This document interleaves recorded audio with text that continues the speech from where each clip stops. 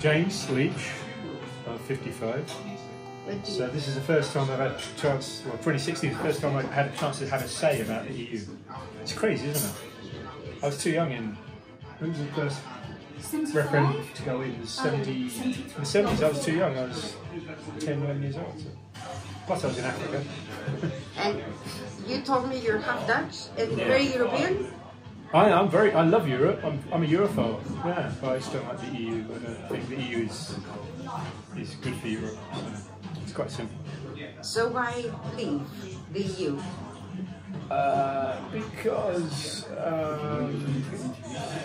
various reasons. I don't think the UK has done very well out of being in the EU, and I think we've always been sort of half in, half out. You know, we haven't had the euro, we're not part of Schengen. So I actually would have preferred to be totally in, having the euro, be part of Schengen, be a committed member. But we never will be like that. So I'd rather just come completely out, just be. In the last election, I actually didn't want to vote for any party. I don't think any party ran a good campaign or deserved my vote. But reluctantly I voted for the Conservatives because it was the only choice in my constituency that would make sure Brexit happened. Have you ever voted for Conservatives before? Once. Fantastic. Once. I haven't often voted. I've never been aligned with any political party really.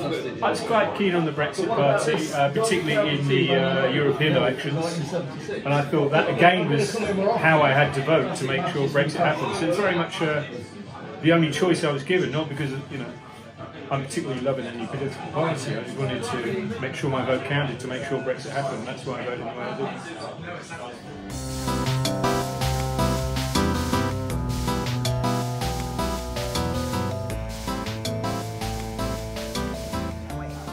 Well, I've always been regarded myself as left-wing, far left. I'm also a trade union rep at the moment, and I voted to leave the European Union really on democratic grounds, not particularly left-wing grounds, but democratic grounds.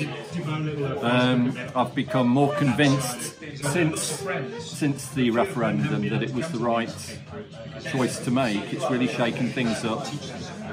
It's really raised the question of who decides for us what right we have to have a say in our own lives and the policies that affect us. It has really divided British society, and it has had a tremendous effect on politics, on the Labour Party and everything else. But I think most of that has been really for the good now, and I think the populist moment in Britain so far has been very, very positive experience. But I mean, one thing about Brexit is, although maybe that legally, formally, that happens tomorrow, really that's just the start. I don't particularly trust Boris Johnson or the Conservatives to bring about substantial democratic change. But it does put a little bit more of the emphasis back on us, the people in Britain, the citizens of this country, to try and take control of that. So it's a start more than an end in and of itself, although it's a very, very important start. I think if you go back 10 or 20 years, it would have been pretty popular, but left-wing politics has changed amazingly in a short period of time. Many prominent commentators in the UK, people like Paul Mason, Owen Jones, who were critical and against actually membership of the European Union in the past, became the biggest supporters of EU membership in a very, very kind of rapid way. There have been other people on the left who have supported Brexit, and that's great, and I think there's some great arguments out there. But it's tended to be from the perspective of this must be a left Brexit. Brexit will be good if we can do left-wing things, nationalise and so on. I don't disagree with that, but I think there's a prior question, which is the question of democracy. So Brexit is really about democracy. It's not really about this or that policy, nationalise this, privatise that, this or that tax rate. It really poses the question of who decides those things, so it's prior to that.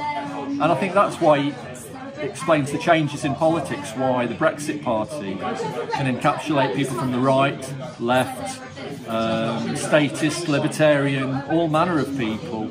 I think it's been a very, very positive step forward in making the arguments for greater democracy in the UK, and I see good things coming from that. I mean, as a left-wing person, I don't see that as as some people like to caricature it as, this is a Brexit of the right. It's a Brexit, and it's what we do with it. It's what people do with those democratic opportunities in the future that counts. There's a very, very big challenge for everybody, I think.